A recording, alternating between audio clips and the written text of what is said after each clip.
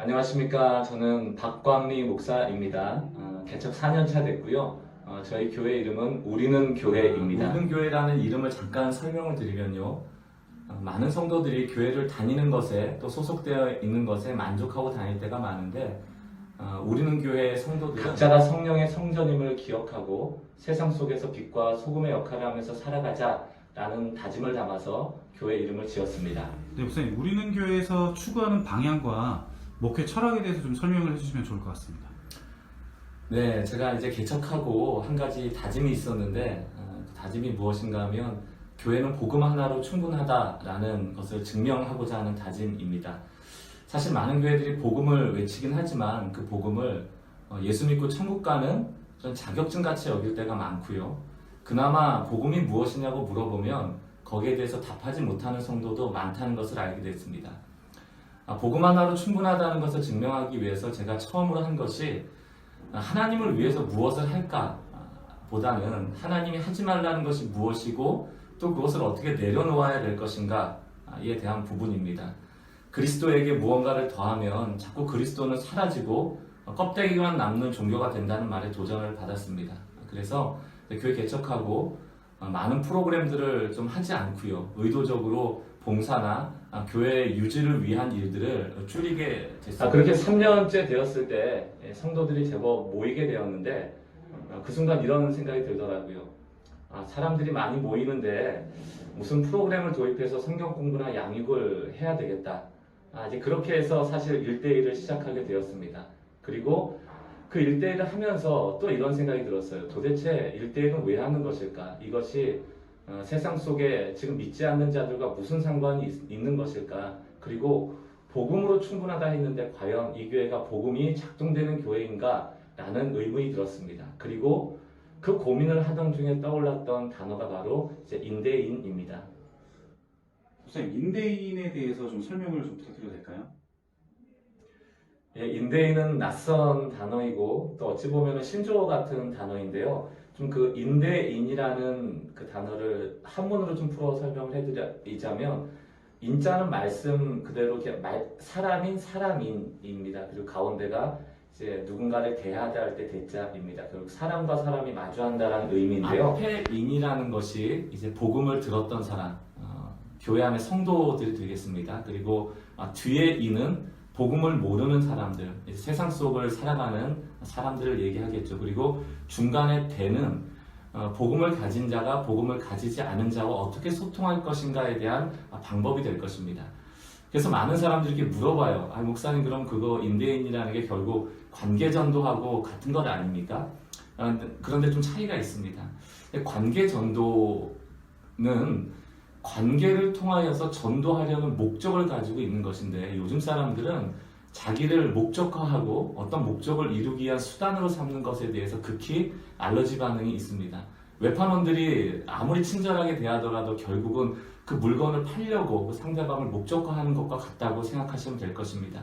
전도는 한다고 하는데 그 결과가 결국은 상대방을 위한 것이라기보다는 교회를 데려가려는 것 혹은 실적을 올리려는 것과 같을 때가 많거든요. 인대인은 철저하게 사람과 사람, 존재 대 존재가 만나서 동등한 위치에서 서로 대화하고 소통하는 것을 지향합니다. 그렇게 하다가 앞에 있는 인, 복음을 가진 인이라는 이 사람이 선한 영향력을 끼쳐서 그 사람에게 복음을 전할 수 있는 기회를 얻게 되어지고 또 복음을 통하여 그들이 구원 얻게 되는데 이르도록 하는 것이 이 인대인과 관계전도의 차이라고 할 수 있겠습니다. 목사님, 그 인대인 책을 세 분의 목사님이 함께 쓰신 걸로 알고 있는데요. 그 구성과 또 담당하신 부분에 대해서 한번 좀 소개 부탁드리겠습니다.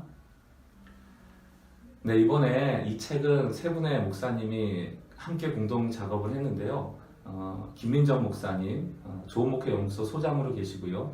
또 제가 참여했고요. 마지막 한 분이 미국의 링컨시티 한인 장로교회 진영원 목사님이 참여했습니다. 단권으로 나온 책은 3명에서 공저를 했고요. 또 이 단권에 따르는 교재가 있는데 4주짜리 교재입니다. 김민정 목사님이 1권의 교재 4주짜리를 쓰셨고 제가 또 2권의 4주짜리 교재를 썼고 마지막 진영원 목사님이 3권의 4주짜리 교재를 썼습니다. 이 인대인의 교재는 마이 스토리, 다시 말하면 내가 그리스도인으로 어떤 존재인가에 대한 정체성을 확인하는 그런 교재가 1권이고요. 2권은 히즈 스토리라고 해서 예수 그리스도의 복음에 대한 이야기를 적어 놓았고 함께 공부할 수 있도록 제작을 했고요. 3권은 인대인에서 대자입니다. 사람과 사람이 어떻게 소통해야 되는가에 대한 경청과 나눔에 대한 부분을 이제 진영호 목사님이 3권으로 교재를 만들었습니다. 네, 목사님께서 담당하시는 2강의 내용에 대해서 좀 간단하게 설명 부탁드리겠습니다. 예, 2강은 앞서 말씀드린 대로 히지 스토리, 다시 말하면 예수님이 우리에게 행하신 일에 관련된 복음에 대한 이야기들을 성경 공부로 나눌 텐데요. 크게 4파트로 나눠져 있습니다. 첫 번째는 우리는 무엇에 기뻐하는가. 복음이라고 얘기를 하는 그 내용 안에는 기쁜 소식, 좋은 소식이라는 내용인데 사실 우리가 복음이라고 들어도 기쁘지 않을 때가 많습니다. 그래서 우리가 분명히 이 복음을 기뻐하지 않고 무언가 다른 것을 기뻐하고 있는데 그 기쁨의 요소가 어디에 있는지를 좀 우리가 살펴볼 거고요. 두 번째는 하나님은 우리에게 기쁨을 주시는 분이다. 우리를 참된 복으로 이끄시는 분이다에 대한 부분을 함께 나눌 것이고, 다음에 우리가 복음의 결과, 예수님이 우리에게 주신 혜택을 자꾸 따르는 성경에 보면 무리들과 같은 사람들이 될 때가 많은데 복음만으로 충분히 기뻐할 수 있다. 그래서 복음 자체를 믿는 믿음에 대해서 우리가 함께 나누도록 교재를 만들었고요. 마지막 4번째 강의에서는 이제 복음이라는 것은 결국 남을 잘되게 하는 것이다. 우리는 복음으로 이미 잘되었기 때문에 세상 속으로 나아가서 세상 사람들을 잘되게 하는 이 복음의 소명자로서의 삶에 대해서 함께 나누게 될 것입니다. 그래서 이 과정을 잘 거치고 나면 복음이 왜 복음인지, 왜 우리가 기뻐할 수 있는지를 더 자세하게 인식할 수 있고 실천적으로 남을 잘되게 하고 남에게 복음을 전함으로 그 사람도 예수 안으로 들어오게 할 수 있는 그런 소명자의 삶으로 자신의 삶을 좀 재헌신할 수 있도록 도울 수 있는 교재가 될 것입니다. 목사님께서 모든 교재를 마치신 후에 또 기대하시는 결과들이 있으시면 한번 좀 말씀 부탁드리겠습니다. 예, 특별히 저는 2강을 마친 다음에는 삶이 바뀌기를 원합니다. 복음은 그저 예수 믿고 천국 가는 공식이 아니거든요. 복음을 안다는 것은 예수를 믿음으로 은혜로 구원받는다라는 성경 구절을 우리가 알고 누군가에게 말할 수 있는 것도 중요하지만 사실은 내가 먼저 변하는 것이 중요합니다. 사실 복음을 알지만 나는 경험하지 못한 채 누군가에게 전하기만 한다면 사기꾼하고 다를 바가 없는 것이거든요. 내가 좋은 약을 먹고 좋은 약이면 누군가한테 소개해 주는 것, 그것은 진정성이 있지만 내가 먹어보지도 않고 나는 효과를 보지 못했는데 그 약을 누군가한테 팔려고만 한다면 그것은 사기꾼일 것입니다.